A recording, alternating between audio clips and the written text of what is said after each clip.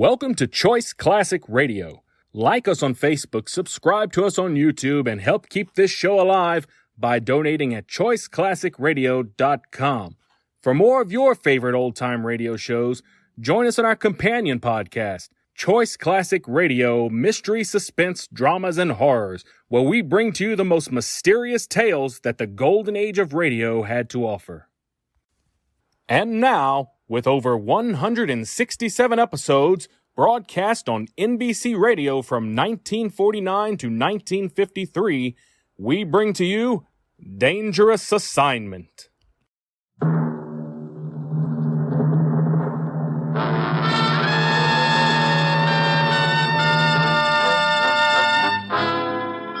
Dangerous Assignment, starring Brian Donlevy as Steve Mitchell.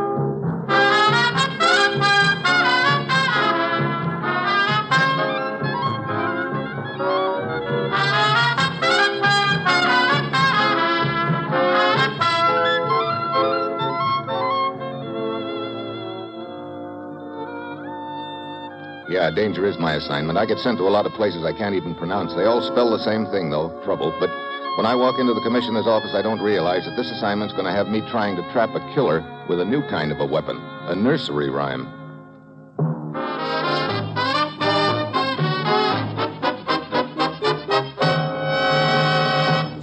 Morning, Commissioner. You sent for me? Steve, are you fond of Swedish cooking? Yeah, sure. So's a man named Fred Gainsley. He's with a project we're participating in to evaluate Scandinavian defense potential with headquarters in Stockholm. Several times a week, Gainsley has a lunch tray sent up to his office from a nearby cafe. So? Someone in the project is apparently using that tray as a means of getting secret information to the outside. Gainsley? No. He's the one who told us about it. Quite by accident, yesterday afternoon, he discovered a message in code tucked under a napkin.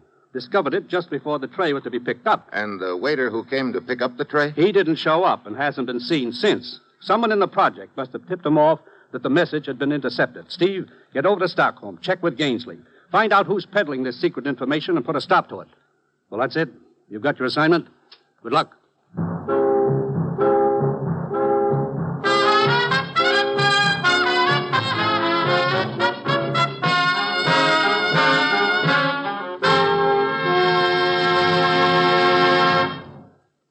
The National Broadcasting Company is presenting Dangerous Assignment, starring Brian Donlevy in the role of Steve Mitchell, colorful, two-fisted government agent. At all those places of the world where danger and intrigue walk hand in hand, there you will find Steve Mitchell on another Dangerous Assignment. Here's a word about some of NBC's great Sunday programs. We're justifiably proud of such stellar productions as Theater Guild on the Air, the Phil Harris Alice Faye Show, and Dragnet in our Sunday schedule.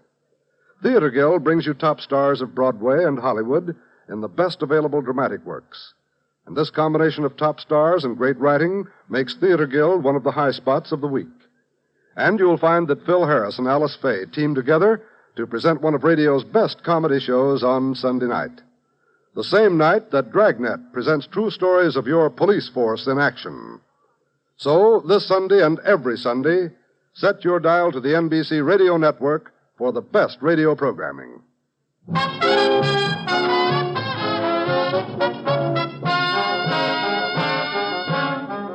Sure, I've got my assignment. Fly over to Stockholm and find out who's copying top secret government information from a project we're participating in.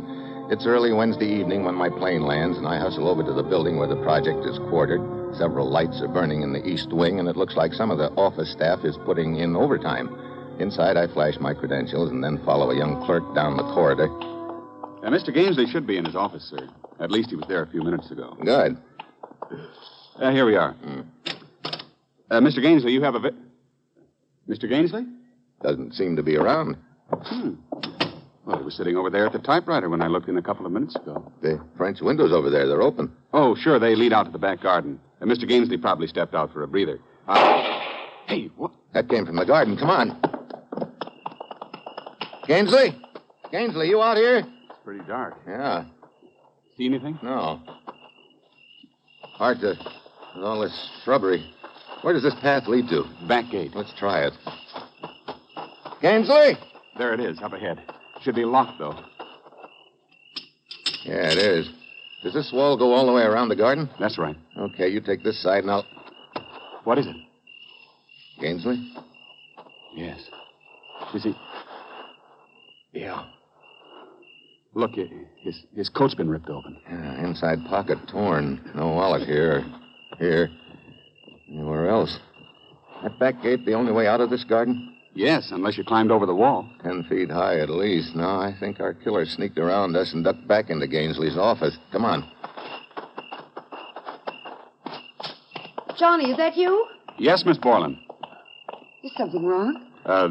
This is Mr. Mitchell. Miss Borland is Mr. Gainsley's secretary. How do you do, Mr. Mitchell? I thought I heard a shot. You did, Miss Borland. I'm afraid someone's just shot your boss. Mr. Gainsley? Shot? Where is he? I must... Hold it. Won't do any good. You mean he's... Oh, horrible. Anyone come through here the last minute or so? No one. Why? There are other offices facing the patio, the garden, Mr. Mitchell. That's Mr. Halverson's, Mr. Walker's. Okay, we'll check them in a minute. Something else I want to look at first. Come on, let's go back inside. You've been gone out of the office long, Miss Borland? 10 minutes or so. Mr. Gainsley sent me down to the file room. I see. And when you looked in, Johnny, he was alone? Right, he was pecking away at the typewriter. Mr. Gainsley was at my typewriter? Yeah. Look, there's a piece of paper still in it. That's what I'm interested in. Let's see what... What is it, Mr. Mitchell? Oh, brother. Here's what Mr. Gainsley typed out. One sentence. What did he write? It reads, Mary had a little lamb.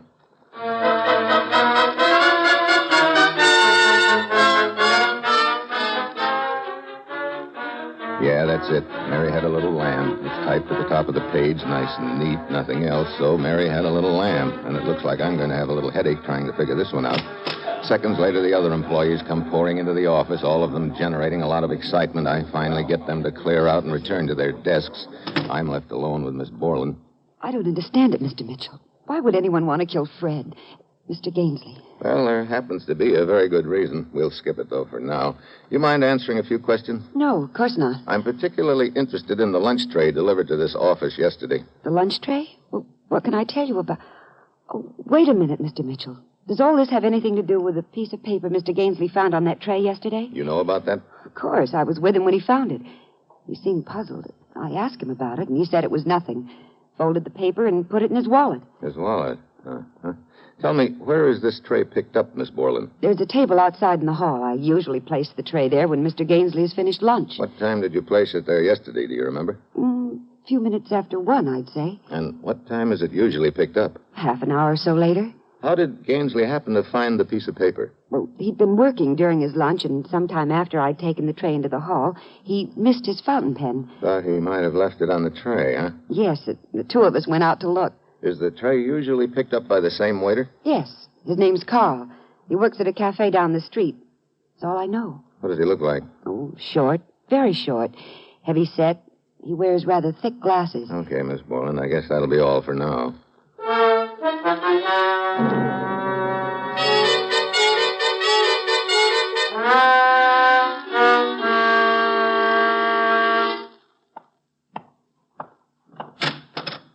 Oh, Mr. Mitchell, come in. You, Dave Walker? Right, and this is Gil Halverson. How are you, Halverson? Still a bit shaken, I'm afraid, Mr. Mitchell. Gainsley was a good friend of ours. You two have the other two offices in this wing. Both of you heard the shot? I did. I was here in my office at the time. First, I thought it was a car backfiring. Then I heard people running down the hall, so I went out to investigate. Your French windows were open? No, locked. I was getting ready to go on home. Why? It's possible a killer slipped out of the garden by way of one of these offices. That could have been mine. My windows were open, I'm afraid. And where were you?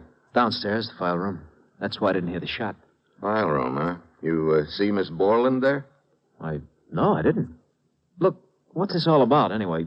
Why would anyone want to kill Gainsley? Yeah, and what's this business about Mary's little lamb? How do you know about that, Walker? Well, Johnny, the clerk told us. What's it mean? I wouldn't know. It was meant for you, wasn't it? Was it? Well, look, you're a government agent. You come here looking for Gainsley. He gets himself murdered, but before that, he leaves a message in his typewriter. And you don't know what it means? I don't. Yet. Maybe you have some ideas. Well, maybe. All right, Halverson, let's have it. Well, Walk and I were talking about it before you came in. It has to be a message of some kind, but what? So we finally arrived at something. Oh, sure, it might sound crazy, but Come on, what is it? Well, look, there's a cafe here in town called the Golden Fleece. So what's that got to do with... Oh, yeah. Yeah, Mary had a little lamb. Its fleece was white as snow. Oh, I don't know, Halverson. It sounds pretty far-fetched. Well, sure it does, but still is That the cafe where Gainsley got his tray? No. The fleece is run by an American named Daniels. It's on the other side of town. Well, as I say, it sounds a little wild, but So does everything else about the deal. Thanks for the lead. I'll follow it up.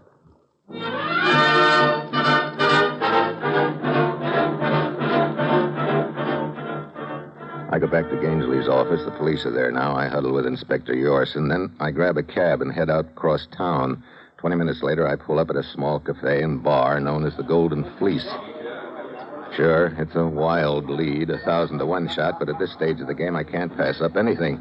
No matter how silly it sounds, there's a chance I might run into something or someone, maybe a waiter named Carl. I'm sorry, Pilgrim. I don't think I can help you. As you see, I don't employ waiters, just dolls. Yes, sir. Give me a good waitress anytime. You wouldn't have one named Mary by any chance? Mary? Thought you were looking for a guy named Carl. Look, do you have a waitress named Mary? Nope. Ilga, Hilda, and Sam. Sam? Samantha. We call her Sam for short. Hey, that's her over there, racking up the meatballs. Yeah. Look, maybe you have a regular customer named Carl. Well, could be. This is Sweden. Carl isn't a very unusual name. As a matter of fact, there's a regular customer of mine over there at the bar. His name's Carl. Huh? Where? End of the bar. See the little guy standing at the far end? Yeah, short and fat. He fits the bill. Yeah, well, wait till he moves out of the way. The tall, skinny character sitting back of him, that's Carl. Oh. All right, Daniel. Just make believe like I didn't come in. Sorry, Pilgrim. I wasn't able to help you. You haven't, but thanks just the same.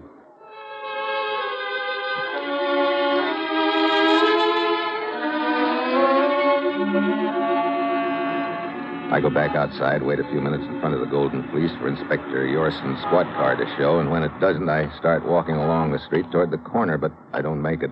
Halfway up the block, someone steps out of a doorway behind me. A cord drops around my throat, tugs back hard. My head hits the side of the building. I go out like a light.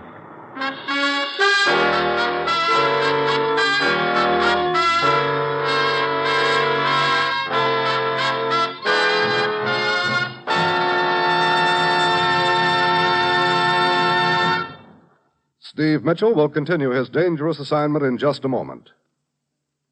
Next time your car needs a grease job, or you're having your shoes repaired, or a suit or dress dry cleaned, look around in the place that performs the service for you.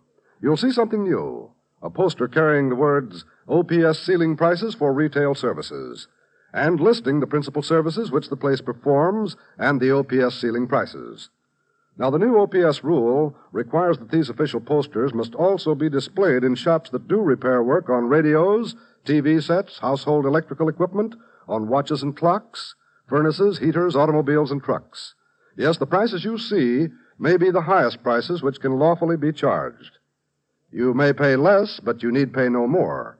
Get the habit of checking the new OPS price charts in service establishments where you trade.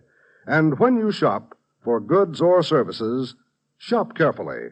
Use restraint in your buying and spending, and save when you can all you can. Remember, cooperation can whip inflation.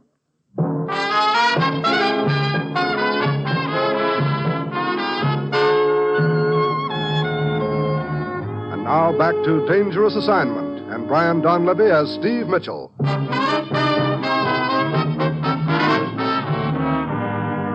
Mitchell?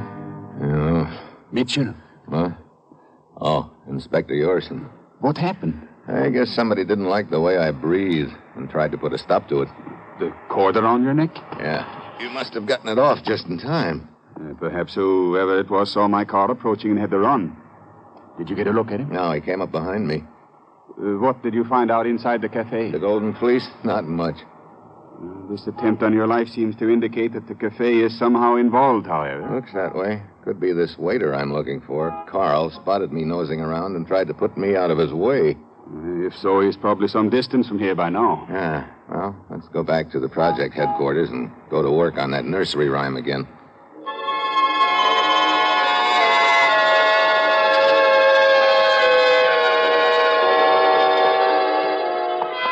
We might as well use Gainsley's office. All right. Mitchell?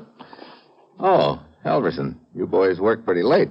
Yeah, they've been piling it on lately. I'm just knocking off now. Walker work this late, too? No. I guess he cleaned up his desk earlier than usual tonight. He has left the building? Yeah. Matter of fact, he left shortly after you did. Oh? Any luck at the Golden Fleece? Yeah. All bad. But at least it looks like a solid lead. See you in the morning. Oh, sure.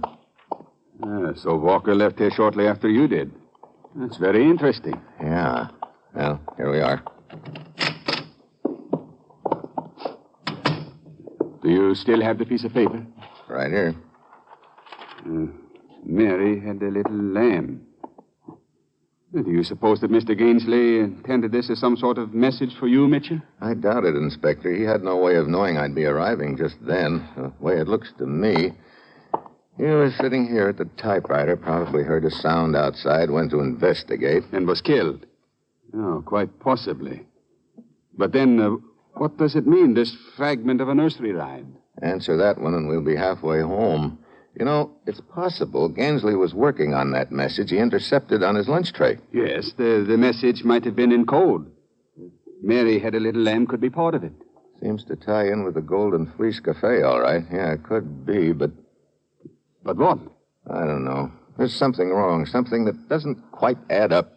If Gainsley was trying to decipher the message, why do it on a typewriter? Good point. Well, let's see. Gainsley was sitting here at the typewriter. He heard... Hey, key's jammed. He heard a noise outside. Hey, wait a minute. What is it? I just had an idea. Maybe we've been on the wrong track with Mary and her little lamb. What do you mean? Just a second. I want to put a piece of paper in. There. Now. M-A-R-Y-H-A-D.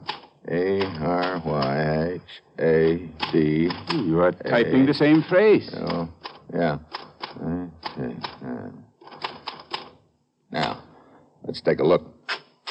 I see nothing unusual. Maybe that's the point.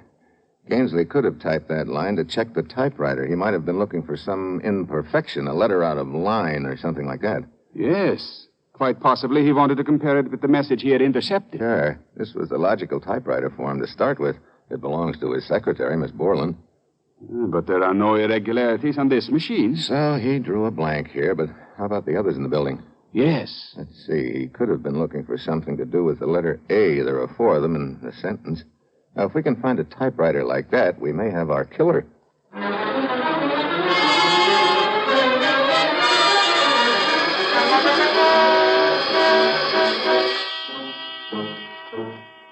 We split up. Inspector Yorson takes one wing of the building. I take the other. I work my way from room to room, checking the typewriters. I draw a blank until I get to Walker's office. M-A-R-A-A-E-A-L.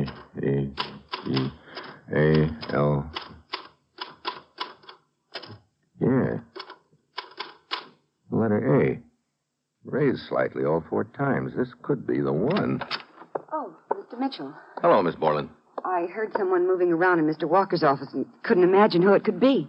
You're here pretty late tonight, aren't you? I forgot something in my desk and came back to get it.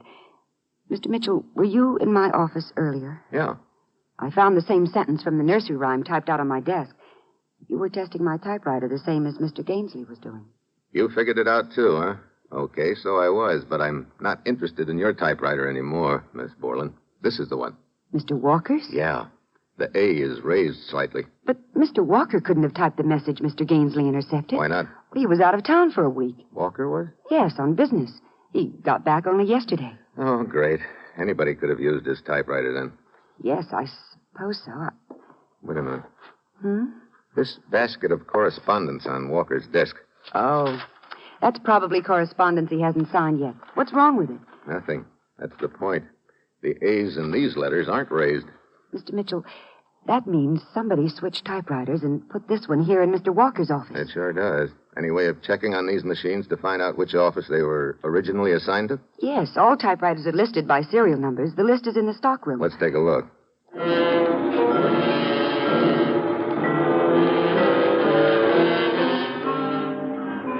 You think the answer is here, Mr. Mitchell? Could be. There's a copy in this file room of every confidential report sent out of this project, isn't there? Of course. Whoever switched the typewriters and stole the list couldn't possibly have removed all the reports typed on that machine. That's the point. You take one of those other file folders and start... Well, never mind the other folder. You found it? Sure did.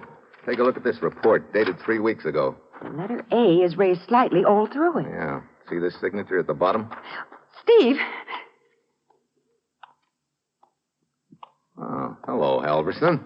When I saw you heading down here to the basement, I figured you were getting too warm, Mitchell. You're the boy who was smuggling information out on Gainsley's lunch tray. You spotted him checking Karen's typewriter and figured he was on the right track. That's why you killed him, huh? Yeah, that's right. Then you dreamed up that wild goose chase about the Golden Fleece Cafe. I had to keep you thinking the nursery rhyme was some sort of code. So, what happens now? You shoot both of us? Oh, hardly. The security guard's in the building. So's your friend Inspector Yorson. You shot at two, would bring them running. No. I got a much better idea. Step back into the vault, both of you. The vault? You heard me. Okay, it's good enough. Gonna lock us in, huh? You catch on pretty quick. Look, there's no doorknob on the inside. The vault is soundproof. Also, there's no ventilation. So go ahead, yell if you want to. You use up the oxygen faster. Steve. You catch on quick, too, Karen. So long, kids. Mr. Halverson? What? Oh, Inspector Yorson. I'm looking for Mr. Mitchell. Mitchell? Have you seen him? Oh, why, yes. Yes, about 10 minutes ago. He hurried out of the building. Oh? Yeah, he seemed very excited. They said something about going back to the Golden Fleece Cafe. Well, that's very interesting, Mr. Halverson. It is? Yes. If he went to the Golden Fleece, who is the man who just stepped around the corner behind you? Hello, chump. Don't try it. Just hold still while I get that gun of yours. There. Halverson is our man? He sure is, Inspector. How'd you get out of there, Mitchell? An old trick, Halverson. I was holding a folded sheet of paper in my hand. Remember the report made out on your typewriter? When you closed the door, I slid the paper between the door and the jamb over the latch. That kept the door from locking. That sheet of paper? Yeah, that sheet of paper. Sort of wrapped you up, didn't it?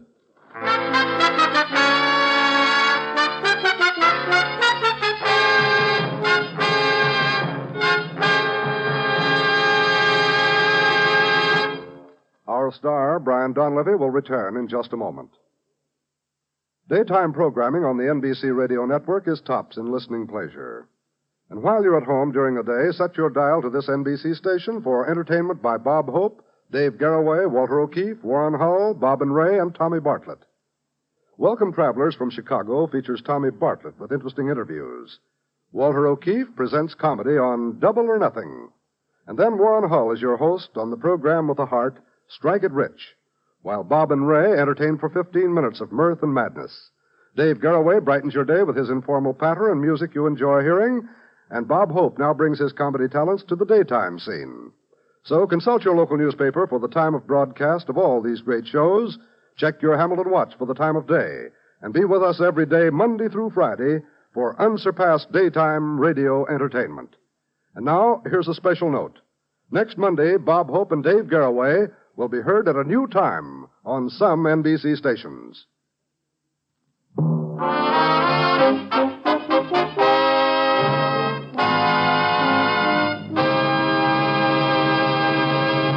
Next week, the Mediterranean. A pleasure cruise that almost turns out to be a one-way trip. And that will be Steve Mitchell's dangerous assignment next week.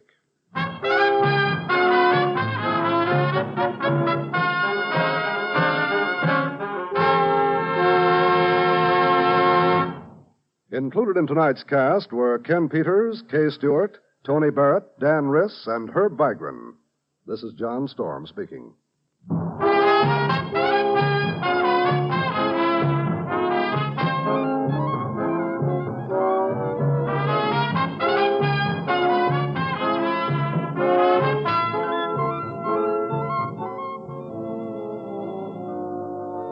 Dangerous Assignment, starring Brian Donlevy as Steve Mitchell, with Herb Butterfield as the Commissioner, is written by Bob Reif and Adrian Jondeau, and is directed by Bill Karn. Be with us again next week at this time, when Brian Donlevy, starring in the role of Steve Mitchell, will embark on another transcribed Dangerous Assignment.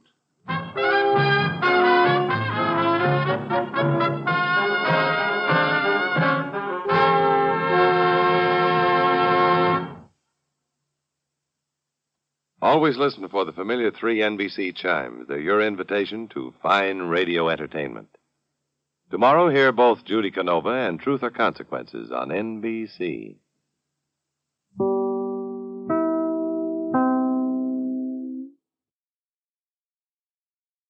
That concludes today's episode.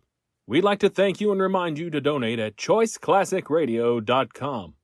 Remember, your donations make episodes like this possible.